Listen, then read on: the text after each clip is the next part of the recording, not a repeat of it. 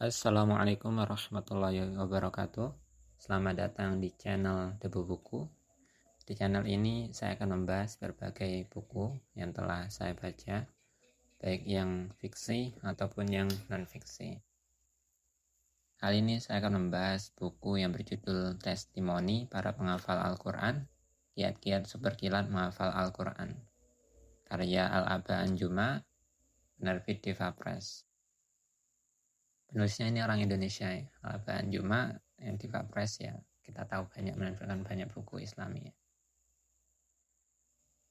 Di buku ini menceritakan banyak sekali para penghafal Al-Quran, yaitu ada 26 penghafal Al-Quran dari berbagai negara, berbagai umur, dan di berbagai zaman. Ada yang penghafal Al-Quran yang muda sekali. Ini yang paling muda di buku ini, ada yang berusia 3 tahun 8 bulan, itu udah hafal Al-Quran. Itu gadis kecil asal Nigeria negara di salah satu negara di Afrika. Yang tersepuh ada Ummu Soleh, usia 82 baru mulai menghafal Al-Quran. Usia 82 beliau menghatamkan Al-Quran. Dan ada dari berbagai profesi juga, ada tentara, ada polisi, ada dosen, ada mahasiswa ya, ada orang biasa dan lain sebagainya. Jadi benar-benar yang ditulis di sini banyak sekali, beragam sekali, dari berbagai zaman juga. Ada yang zaman-zaman dekat ke zaman kita ini seperti Musa yang dulu sempat viral ya. Musa menghafal Al-Quran cilik dari Indonesia. Beliau waktu itu juara 3 di tingkat dunia. Bukan karena hafalannya lemah, bukan ya. Bukan karena hafalannya tidak lebih baik dari yang 2 orang yang di atasnya, tapi karena waktu itu beliau masih kecil, dan karena kecil itu lidahnya belum terlalu tepat dalam melafadzkan Al-Quran. Ada makharijul huruf yang kurang tepat. Seperti itu yang pernah saya baca.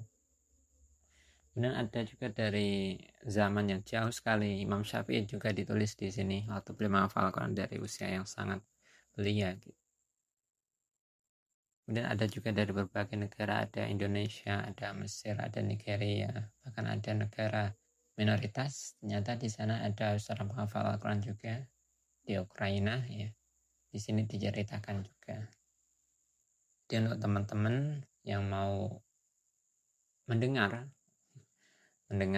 berbagai cerita penghafal Al-Quran, boleh silakan dicari buku ini. Dan yang saya baca dari banyak penghafal Al-Quran di sini, banyak juga yang memberikan tips-tips dalam cara mereka menghafal.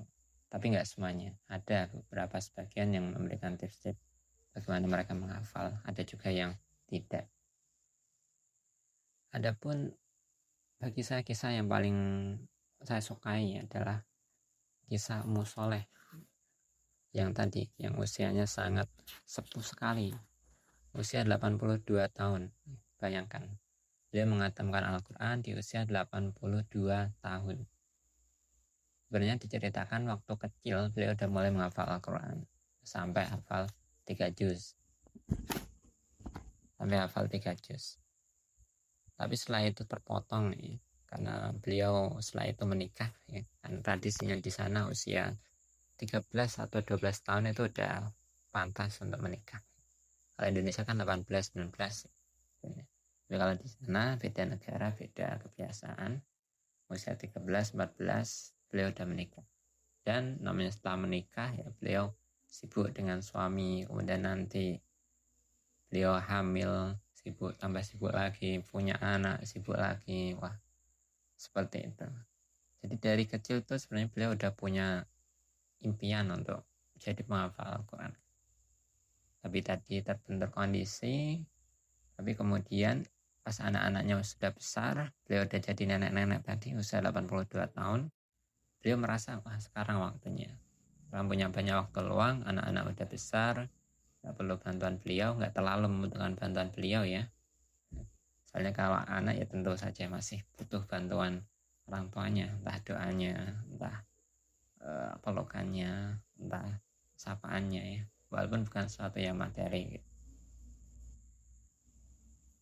Karena itu di usia 80 tahun tadi lah beliau kembali mencoba menghafal Al-Quran. Itu bagi saya itu luar biasa sekali. Bagaimana seseorang itu menghafal Al-Quran di usia yang sangat senja. Bukan cuma senja itu, sangat senja, 82 tahun. Kalau peribahasa itu seperti mengukir di atas air, cepat lupa dan lain sebagainya. Tapi beliau nyatanya sama sekali nggak ragu untuk terus menghafal. Bahkan awal-awal mula beliau ingin Bismillah, saya ingin menghafal, itu sedikit ditentang oleh para tetangga. Usia segini kok baru mau menghafal Quran, ya nggak mungkin lah. Tapi beliau ya tidak terlalu mempedulikan berbagai suara yang melemahkan itu. Beliau Bismillah mulai niat beliau menghafal Al-Quran bersama anak bungsunya, anak yang paling kecil. Jadi 2 orang itu menghafal bersama. Dan jadilah tadi di usia 82 tahun ya, beliau udah hafal Al-Quran ya. Hafalnya itu di usia 82 tahun, berarti beliau belum 82 tahun ya, paling tidak. Namanya menghafal Al-Quran 30 juz kan nggak cukup waktu berapa bulan, apalagi beliau di usia yang sangat amat senja sekali. Jadi biasanya orang-orang menghafal Al-Quran tuh anak-anak usia 13, 14 ataupun di bawah itu ya. Makanya sekarang kan banyak tuh pondok-pondok tahfiz SMP, SMA di usia-usia ya emang belum ada tekanan kebutuhan di sana. Di saat otak masih fresh, dimasukkan ayat-ayat Al-Quran, insya Allah akan lebih mudah. Tapi beliau tadi menghafal Al-Quran di usia 82 tahun. Jadi sebenarnya ini kita nggak perlu buat alasan kalau ingin melakukan sesuatu. Tidak ada yang terlambat tadi. Beliau usia 82 tahun baru mulai menghafal Al-Quran gitu ya. Dan apapun itu, kalau kita masukkan kisah beliau ke kita sekarang ya, tadi kita mungkin merasa udah mau kuliah gitu, umur 30 terlambat gue. Enggak, belum terlambat itu. Terlambat itu kalau kita sudah meninggal gitu kan ya. Ataupun keinginan-keinginan yang lain. Misalnya baru mau belajar silat, mau belajar nulis misalnya ya, mau bikin buku misalnya. Kita melihat umur kita udah kepala 3 ataupun di atas itu. Tidak ada soal di sana. Selama kita ingin sesuatu yang bermanfaat itu, kenapa tidak kita kejar? Toh kita masih hidup sekarang seperti itu. Paling tidak seperti itu yang saya dapatkan, hikmah yang saya dapatkan di kisah Ummu Sholeh ya. Itu baru satu kisah ya. Kisah yang lain tadi berarti 25 kisah yang lain, karena di buku ini ada 26 kisah ya. Sangat luar biasa. Tapi memang kisahnya ringkas-ringkas ya. Karena buku ini hanya 208 halaman dan ada 26 kisah ya. Jadi kebayanglah hanya ada berapa halaman, mungkin 4-5 halaman seperti itu yang bisa saya sampaikan. Terima kasih telah membaca sampai akhir. Terima kasih telah mendengarkan sampai akhir. Wassalamualaikum warahmatullahi wabarakatuh.